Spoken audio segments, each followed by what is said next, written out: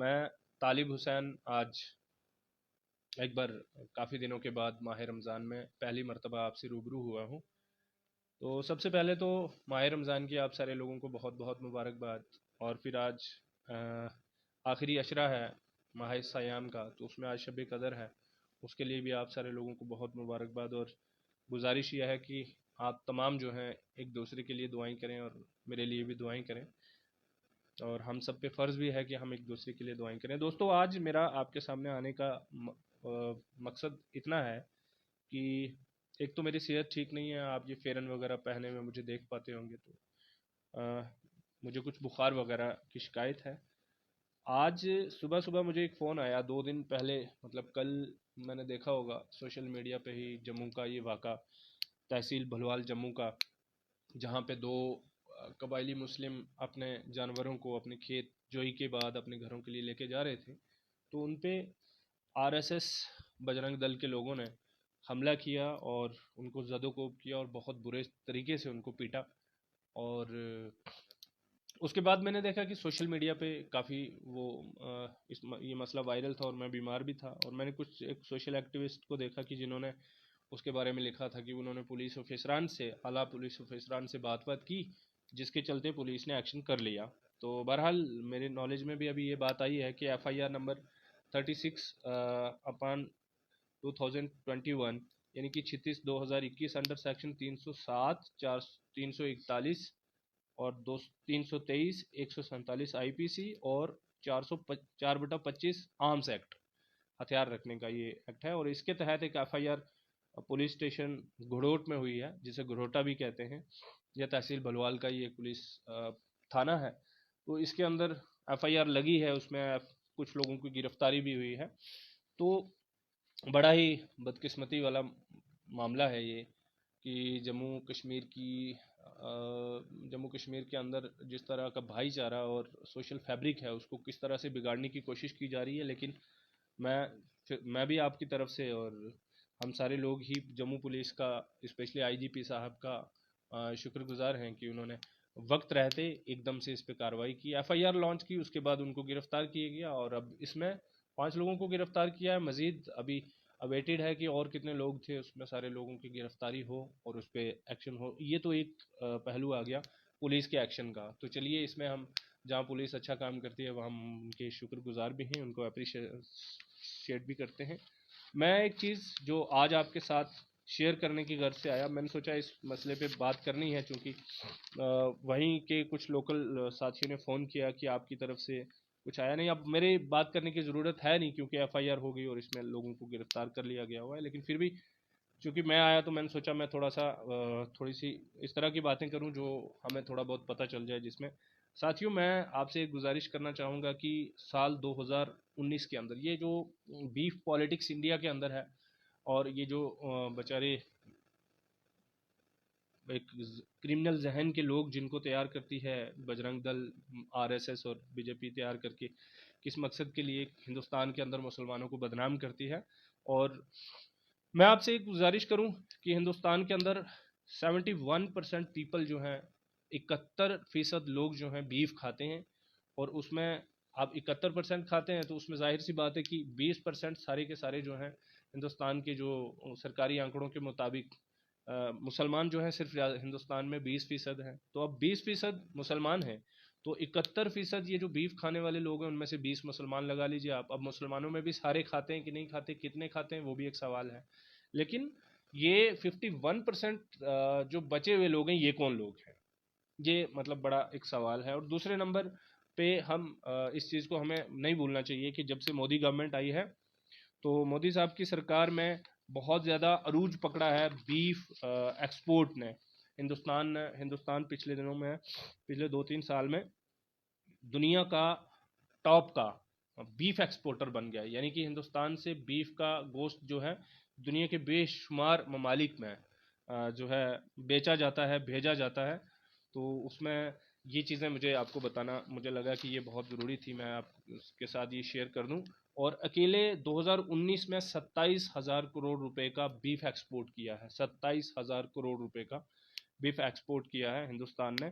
अब मैं आपसे एक बात करना चाहता हूं जो बड़ी इंपॉर्टेंट है कि अब सरकार सीधे तौर पे तो खुद ही सरकारी तौर पे तो नहीं करती है, कुछ कंपनीज हैं जो कि बीफ का व्यापार करती हैं, धंधा चलाती हैं, और उसमें अब आप नाम सुनेंगे तो आपको ज़ाहिरी तौर पे फिर ये लगेगा कि हाँ 2015 सितंबर 2015 में दादरी में इखलाक का कत्ल हुआ, लिंच किया गया, तो वो ठीक था क्योंकि ये मुसलमान ही ये सब करते हैं।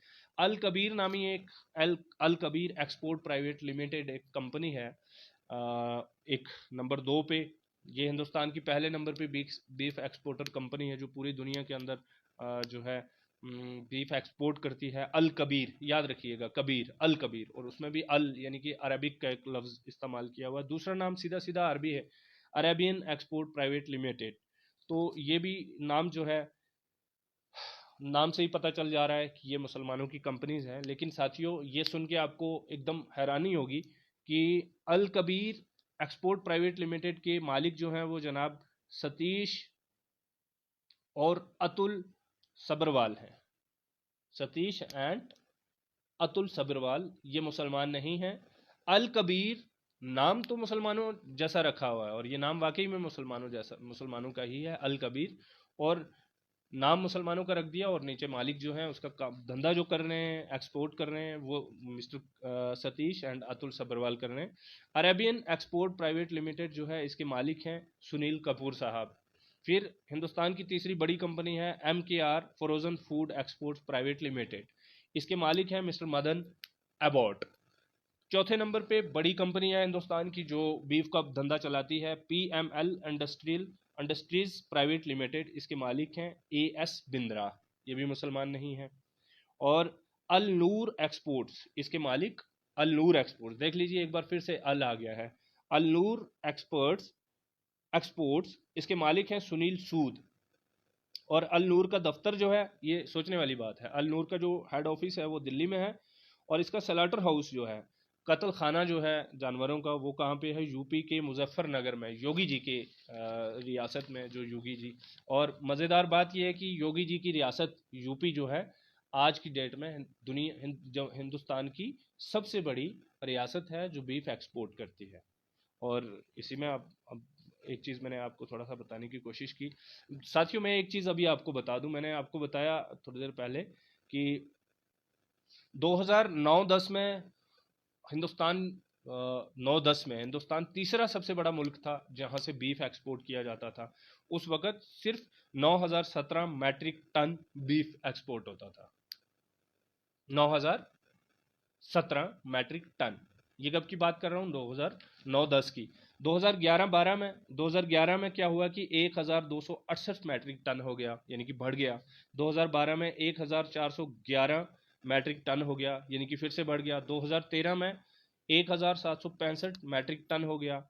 और 14-15 में, जबकि जिस वक्त में मोदी जी ने ये हिंदुस्तान की हुकूमत संभाली, तो एकदम जंप किया, 14,75,540। 2013 में मुआवजा कर लीजिए, 10,765 metric ton Hindustan beef export करता था, और मोदी जी के आते ही 2014-15 में 14,75,540 मैट्रिक टन। ये हो गया जनाब, ये सीधा सीधा किस तरह से उछाल किया है। 2016-17 में 13,30,013 मैट्रिक टन। और ये मैं ऐसे ही नहीं बता रहा आपको, ये गूगल पे जो बड़ी यकीन करने वाली वेबसाइट्स हैं उनका डेटा है। और 2017-18 में हो गया 13,48,225 मैट्रिक टन। तो पिछले 10 साल के अंदर ये सबसे ज़्यादा हाईएस्ट नंबर है। ये मतलब हिंदुस्तान जो है पिछले 10 साल में सबसे ज़्यादा जो बीफ एक्सपोर्ट किया है वो इन दिनों में किया है मोदी जी के आने पे।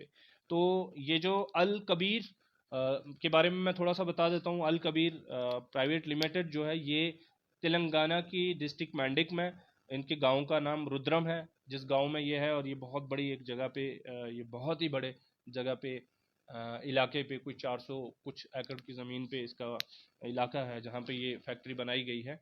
और अल कबीर ना सिर्फ मुल्क में बल्कि Dubai, Abu Dhabi, Yemen, Medina, Riyadh, Muscat, Doha और कुवैत जैसे ममालिक में भी इसके दफातर हैं। I am not talking about कि, मैं ये नहीं बता रहा कि क्या मसला है। हाँ, आवाज़ का कोई मसला हो तो प्लीज़ मुझे बता दीजिए। आवाज़ ठीक है अब? तो मुझे गुस्ताखी की माफ़ी दीजिए, क्योंकि एक तो सेहत ठीक नहीं है, दूसरे आवाज़ का थोड़ा सा मसला शायद किसी ने किया होगा। तो ये साथियों, मैं ये बता रहा हूँ, अल कबीर जो नाम से मुसलमान है, लेकिन एक हिंदू की, जिसके मालिक मुसलमान नहीं है, एक हिंदू है, और उसका मैंने बताया कितने एक मुस्लिम ममालिक के अंदर इनके दफातर हैं, और वहाँ पे बीफ ये मज़े के साथ बेचते हैं और कमाइयाँ करते हैं, और बेचारे इल्ज़ाम जो है मुसलमानों पे, और मुसलमानों को कत्ल यहाँ पे होते हैं। Arabian export private limited, Sunil Kapoor साहब इसके मालिक हैं, और इनका हेड क्वार्टर मुंबई के रशियन मैंशन में है। रशियन मैंशन में ये आप रखिए। और 65 ममालिक में बीफ बेचा जा रहा है आज की डेट में, 65 ममालिक में, 65 कंट्रीज में, और मोटे तौर पे जो बेचा जा रहा है। MKR frozen food exports private limited, ये सलाटर हाउस इसका मोहाली में है, और सेमगोली नाम के गांव में। तो अभी ये एक लेखा जोखा है बीफ का, कि बीफ का काम किस तरह से हिंदुस्तान में, हिंदुस्तान से बाहर, हिंदुस्तान अब दुनिया के पहले नंबर पे आ गया है बीफ सबसे ज़्यादा एक्सपोर्ट करने में। तो एक चीज़ मैं आपसे गुजारिश करता चलूँ कि हिंदुस्तान की कुछ ऐसी रियासतें हैं जैसे बंगाल, केरला, असम, मिजोरम, मेघालय, नागालैंड एंड त्रिपुरा। ये ऐसी रियासतें हैं जहाँ पे कानूनी तौर पे और आसानी के साथ बाज़ारों के अंदर बीफ का व्यापार किया जाता है, यहाँ पे कोई किसी को नहीं पूछता। और मेघालय में तो खासी कम्युनिटी नाम की एक कौम है, जो कि बहुत बड़े लेवल पे गाय का गोश्त खाने का काम करते हैं। उनसे कोई पूछता नहीं, उनको कोई मारता नहीं, लेकिन 2015 के अंदर 1 लाख का कत्ल कर दिया जाता है, लिंच कर दिया जाता है। और उसके बाद फिर जो है धड़ल्ले से पूरे हिंदुस्तान के अंदर मुसलमानों का कत्लेआम जारी है। और मेरी आपसे गुजारिश ये है, रियासत के LG साहब जो हैं, मनोज सिन्हा साहब, उनसे गुजारिश है, और तमाम ही जितने सोशल एक्टिविस्ट और पुलिस, फ़िलहाल तो पुलिस ने इसमें थोड़ा सा एक्शन लिया है। FIR पहली मामला ये है कि FIR का रजिस्टर्ड हो जाना ये बड़ी चीज़ है, हुआ, बहुत बहुत शुक्रिया। लेकिन इसमें आगे क्या कार्रवाई होगी, क्या इखलाक के कातिल की तरह और शंभू की तरह ये लोग भी जल्द ही आएंगे, जेल से छूटेंगे, और इनके गले में हार वार डाल के जम्मू के सोशल फैब्रिक को बिगाड़ने की एक मज़ीद बड़ी कोशिश की जाएगी, या इनको इबरतनाक सज़ा दी जाएगी, ताकि आइंदा जो है इस तरह का कोई गलत ना किया जाए। एक चीज़ मैं आखिर में बता दूं, जो मुझे बतानी नहीं चाहिए थी लेकिन फाइनली बतानी पड़ रही है, कि महाराजा हरि सिंह साहब के वक्त में यहाँ पे गाय के, और यानी कि बीफ के गोश्त पे बैन था, यहाँ पे एक कानून था। लेकिन 370 ख़त्म हो जाने के बाद तो वो भी रिवोक हो गया भाई। अब तो जम्मू कश्मीर स्टेट के अंदर, आप यूटी कहते हैं, मैं स्टेट कहता हूँ, तो उसके अंदर तो इस तरह का कोई बीफ की मनाही के लिए भी तो कोई कानून नहीं है।